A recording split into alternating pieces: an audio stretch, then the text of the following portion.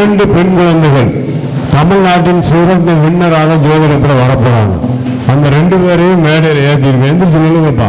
ஒன்று கலைச்செல்வி திண்டுக்கல், என்னிடம் மாணவியாக சேர்ந்து இன்று தமிழ்நாட்டிலே தனி ஒரு பெண்ணாக ஒரு மாநாட்டை நடத்துகின்றாள் என் தலைமையிலே திண்டுக்கல்ல.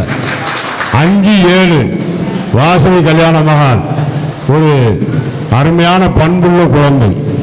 அந்த மகாலிங்கம் அந்த காரை எடுத்துட்டு வந்தால் ரொம்ப வெளியே நல்லது. அடுத்தது மதுலிகா ராணி, பொள்ளாச்சி, அன்பான குழந்தை, தெய்வ வடிவம் குழந்தை. 4 நாளைக்கு 3 நாளைக்கு இருக்க ஒன்றுமே கேட்க மாட்டேன். ஐயா நல்லா இருக்கீங்களாயா, சாப்பிட்டீங்களாயா, உடம்பு நல்லா இருக்கையா, பார்த்துக்குங்கய்யா, கீழே வச்சுக்குவா. அதுக்கு காரணம் என்ன? ஒன்று தெரிஞ்சு கொள்ளுங்கள். தனி ஒரு பெண்ணாக கணவனின் துணை இல்லாமல் என்ற படிக்க வந்து இன்று 2 பெண் குழந்தைகளையும் கட்டி கொடுத்து ஒரு மாநாடு நடத்தும் அளவுக்கு இறைவன் அவளுக்கு பணம் கொடுத்திருக்கிறான் என்றால் இது பெருமையா, பெருமை இல்லையா? அந்த கலைச்செல்விக்கு மனதார பாராட்டுங்கள், அவருடைய சேவையை பாராட்டுங்கள். அடுத்ததாக இந்த 2 குழந்தைகளும் எப்பொழுதுமே என்னுடன் மேடை ஏறிக்கொண்டே இருக்கும். அதுக்கு உண்டான நாள் இதுதான். எங்கே போனாலும் என்ன செஞ்சாலும் கண்டிப்பாக அவங்க 2 பேரும் என் ஆயுள் காலம் இருக்கும் வரை அவங்க மாநாட்டில் மேலே ஏறுவாங்க. அடுத்த மாநாடுகள் அத்தனையும் அவர்களுக்கே சொந்தம். இப்பொழுது அந்த இன்விடேஷனை வெளியே எடுத்து எப்போ இருக்க இன்விடேஷன் எடுத்தவங்கப்பா. இதை முதல் பத்திரிகையாக மதுலிகா ராணியும் நம்மளுடைய கலைச்செல்வி அவர்களும் சேர்ந்து முதல் பத்திரிகையை எனக்கு கொடுத்துட்டு இன்னொரு பத்திரிகை எடுத்து வச்சுருவோம் சார். அடுத்த பத்திரிகையை அருள்வேல் அவர்களுக்கும் போட்டோ எடுத்துக்கோங்கப்பா, போட்டோ எடுத்துக்க சந்திரன். அடுத்த பத்திரிகை சார் வாங்க சார், ஒரு 10-30 பத்திரிகை அருள்வேல் எல்லாருக்கும் கையில் நீங்களே பத்திரிகை கொண்டு வா. எப்பா 1 நிமிஷம் நீ பேசு.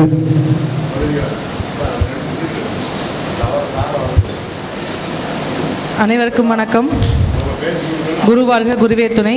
நாளென் செய்யும் வினைதான் என் செய்யும், என்னை நாடி வந்த கோலென் செய்யும், கொடுங்கூற்றென் செய்யும் குமரேஸ்வரர் தாளும் சிலமும் சதங்கையும் தண்டையும் சண்முகமும் தோளும் கடமும் எனக்கு முன் வந்து தோன்றினே. என்னை ஈன்றெடுத்த தாய் தந்தையரையும் எனக்கு ஜோதிடம் கற்றுக் கொடுத்த குருமார்களையும் எனக்கு உற்ற துணையாகவும் உயிர் துணையாகவும் இருக்கிற என் கணவரையும் வணங்கி நான் இந்த மேடையில் பேசுகிறேன். இன்றைக்கி நடக்கக்கூடிய மாநாடு பார்த்திங்கன்னா 45வது மாநாடு கடன் நிவாரண ஹோமம் மற்றும் ஜோதிட மாநாடு. இது வந்து பார்த்தீங்க அப்படின்னா இப்போ நடக்கக்கூடிய நேரம் செவ்வாய் ஹோரை. நம்ம ஏன் வந்து எல்லாரும் கடனுக்கு தான் பயன்படுத்துவோம். ஏன்னா எல்லாருக்குமே ஒரு கடன் இருக்குது. பிறந்த எல்லாருக்குமே கடன் இல்லாத ஆட்கள் இல்லை. சார் சொன்ன மாதிரி பிறவி கடன், பித்ரு கடன், எல்லாருமே ஒரு கடனுடைய தான் நம்ம வந்து பிறக்கிறோம். பிறந்து வளர்ந்து நம்மளுடைய வாழ்க்கை முடியும் வரை ஏதோ ஒரு கடனில் நம்ம இருக்கோம். ஏன் வந்து நம்ம கடன் அப்படிங்கிறக்கூடிய ஸ்தானம் ஜாதகத்தில் 6ஆம் பாவத்தை சொல்கிறோங்க. ஏன் சொல்கிறோம் அப்படின்னா, இப்போது நமக்கு வந்து எத்தனையோ 12 பாவகங்களில் ஏன் நம்ம 6ஆம் பாவகத்தை மட்டும் சூஸ் பண்ணி கடனுக்கு சொல்கிறாங்க அப்படின்னு பார்த்தோம்னா, எல்லா கிரகங்களும் ஒரு இடங்களில் ஆட்சி, உச்சம், நீசம் எல்லாமே இருக்கிறாங்க. ஒரு கிரகங்களில் வந்து கிரகங்கள் தங்களுடைய வேலைகளை செய்கிறாங்க. இங்கே வந்து பார்த்தீங்கன்னா 6ஆம் இடம்னு சொல்லக்கூடிய இடம் கன்னியா லக்னத்தை சொல்கிறோம். அங்கே வந்து புதன் பகவான் உச்சமாகிறாரு, மூலத்திரிகோணம் பெறுகிறாரு, ஆட்சியாகிறாரு. அதே இடத்துல நம்ம ஏன் அந்த இடத்த சூஸ் பண்ணியிருக்கோம் அப்படின்னா, காலபுருஷ தத்துவத்தில் 2ஆம் இடம் சொல்லக்கூடிய சுக்கிர பகவான் அங்கே தான் நீசமாகிறார். பணம் வரக்கூடிய ஸ்தானம், அப்படி பணம் கொடுக்கக்கூடிய கிரகமான பணம், அதாவது பணஸ்தானம் அப்படின்னு சொல்லக்கூடிய தனஸ்தானாதிபதி அந்த இடத்துல நீசமாகிறாரு. அப்போ அங்கே வந்து பார்த்தீங்கன்னா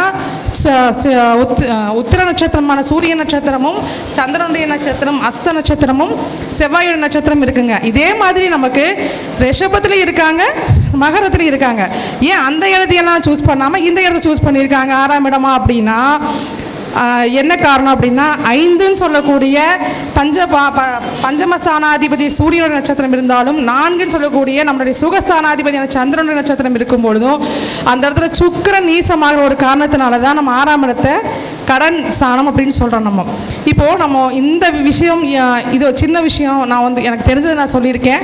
இப்போ நம்ம இந்த இடத்துல ஏன் வந்து நிறைய பேச முடியாது, நேரம் இல்லாத காரணத்தினால ஒரு சின்ன விஷயத்தை சொல்லிக்கிறேன்.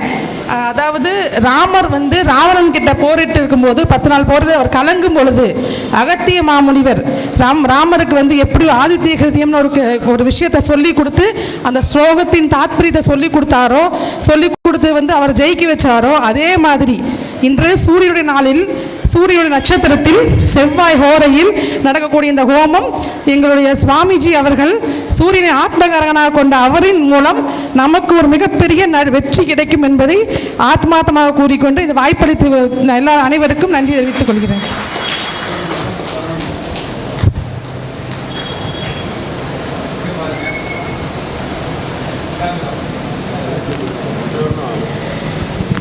அன்பார்ந்த தமிழ்நாட்டின் மிக பிரகாசமாக வரப்போகின்ற 2 பெண் பிள்ளைகள், இல்லை உனக்கு ஒன்று தனியாக இருக்குது, இந்தா உங்கையில் வச்சுக்கோ.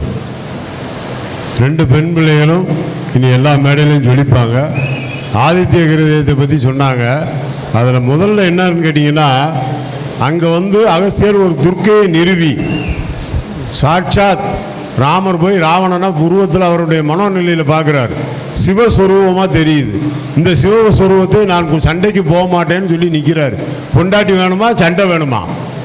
புரிஞ்சுக்கிட்டீங்களா? அதான் புதன் ஆட்சி உச்சம். 2 நிலை அப்படின்னு வரும்போது 2ல் 1 எது? மனைவி வேண்டுமா?